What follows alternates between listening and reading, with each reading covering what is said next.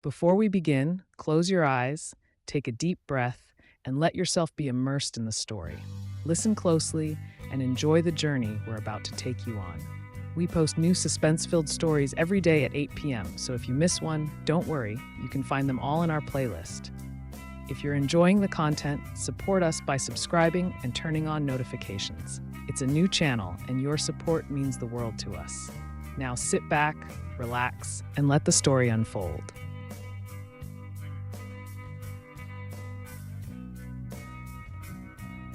The Menendez Brothers, a chilling tale of murder and family secrets.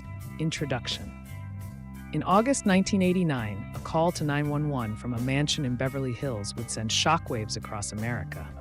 The Menendez brothers, Lyle and Eric, tearfully told police that their parents, Jose and Kitty Menendez, had been brutally murdered in their home. What initially appeared to be a botched robbery would soon unravel into a sensational and highly publicized trial that exposed the darkest corners of the Menendez family's life.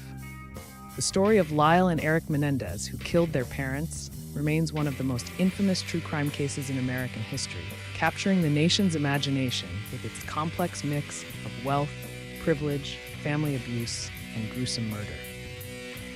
The Menendez family. Privilege and pressure. The Menendez family was the epitome of success.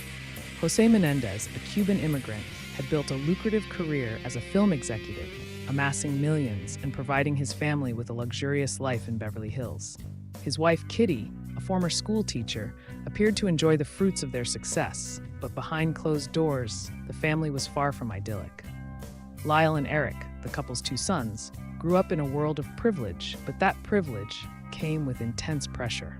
Their father, Jose, was known to be a domineering and demanding figure. He had high expectations for his sons, pushing them relentlessly to succeed. Meanwhile, their mother, Kitty, struggled with her own issues, including depression and alcoholism. Beneath the surface of their picture-perfect family life, tensions simmered. The Menendez brothers' relationship with their parents was strained. Jose's strict and often emotionally abusive nature reportedly fostered deep resentment in his sons. As Lyle and Eric grew older, their behavior became increasingly rebellious. Both struggled academically and were involved in various petty crimes, including theft. Their father's disappointment in them was palpable, and as time went on, the family's internal discord worsened. The murders. On the night of August 20th, 1989, the Menendez family sat together in the den of their mansion, watching television. At some point during the evening, Lyle and Eric retrieved shotguns from their car and returned to the house. In a shocking and brutal attack, they opened fire on their parents. Jose Menendez was shot in the back of the head while sitting on the couch. Kitty, who attempted to flee, was shot multiple times. The attack was so violent that Jose was nearly decapitated, and Kitty's face was left unrecognizable. After the murders, Lyle and Eric calmly left the house, disposing of evidence and creating an alibi. They went to the movies, later returning home and making a tearful call to 911, claiming they had found their parents dead. In the days following the murders, the brothers appeared grief-stricken, convincing many that they were devastated by the loss. However, as time went on, their behavior raised suspicions, the aftermath and extravagant spending. In the months following the murders, Lyle and Eric embarked on a spending spree that defied normal grieving behavior.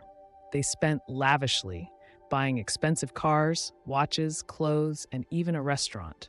They moved into luxury condominiums and indulged in a life of opulence, funded by their parents' estate. Their extravagant spending caught the attention of investigators, who began to question the true nature of their involvement in the killings. As police delved deeper into the case, they discovered inconsistencies in the brothers' stories. The idea that the killings were a result of a robbery gone wrong seemed increasingly unlikely. There were no signs of forced entry, and nothing of significant value had been stolen. Investigators began to consider the possibility that Lyle and Eric had murdered their parents in cold blood. The brothers' erratic behavior and their financial motives, Jose's substantial life insurance policy, and their access to the family fortune added to the growing suspicion that they had orchestrated the killings themselves.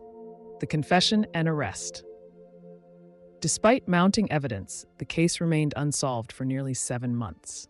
The breakthrough came when Eric Menendez, consumed by guilt, confessed to his psychologist, Dr. Jerome Oziel.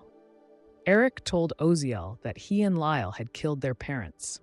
Oziel, in turn, confided in his mistress, who ultimately went to the police with the information. In March 1990, Lyle and Eric were arrested and charged with the murders of their parents. The arrests shocked the nation. How could two seemingly privileged young men commit such a heinous crime against their own parents? As the case went to trial, the answer to that question would soon emerge. The trial and allegations of abuse. The Menendez trial, which began in 1993, was a media sensation. Lyle and Eric's defense team, led by attorney Leslie Abramson, introduced a shocking new element to the case. The brothers claimed they had killed their parents out of fear after years of sexual, physical, and emotional abuse. According to their defense, Jose Menendez had sexually abused both sons from a young age, and their mother, Kitty, had done nothing to stop it. The brothers argued that the murders were an act of self-defense, a desperate attempt to escape the torment they had endured for years. The allegations of abuse stunned the public and divided opinion. Some believed the brothers were telling the truth, that their actions were the result of years of psychological and sexual trauma. Others saw the abuse claims as a cynical ploy to evade responsibility for cold-blooded murder. The trial ended in 2 deadlocked juries, unable to decide whether the brothers had acted out of fear or greed. In 1996, a retrial was held, but this time, the judge limited the defense's ability to present evidence of the alleged abuse. The second trial ended in a conviction. Both Lyle and Eric were found guilty of first-degree murder and sentenced to life in prison without the possibility of parole. The legacy of the Menendez case. The Menendez brothers' case left an indelible mark on American culture. It raised complex questions about abuse, privilege, and justice. While some continued to sympathize with the brothers, believing that their actions were a tragic result of their father's monstrous behavior, others saw them as cold-blooded killers who had manipulated the system to garner sympathy.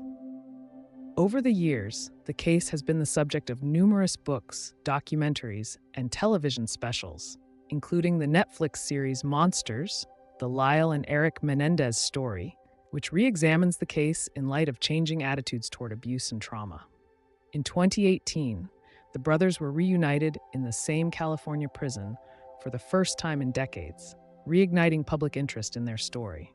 Their case continues to be a source of fascination as it blurs the lines between victim and perpetrator, wealth and desperation, love and violence. Conclusion. The Menendez brothers' story is a chilling reminder that even in the wealthiest and most privileged families, darkness can lurk behind closed doors. Whether driven by fear, greed, or a twisted combination of both, Lyle and Eric Menendez's decision to murder their parents shocked the world and left a lasting legacy in the annals of true crime. To this day, their case remains a subject of debate, with questions about the true nature of their relationship with their parents continuing to linger.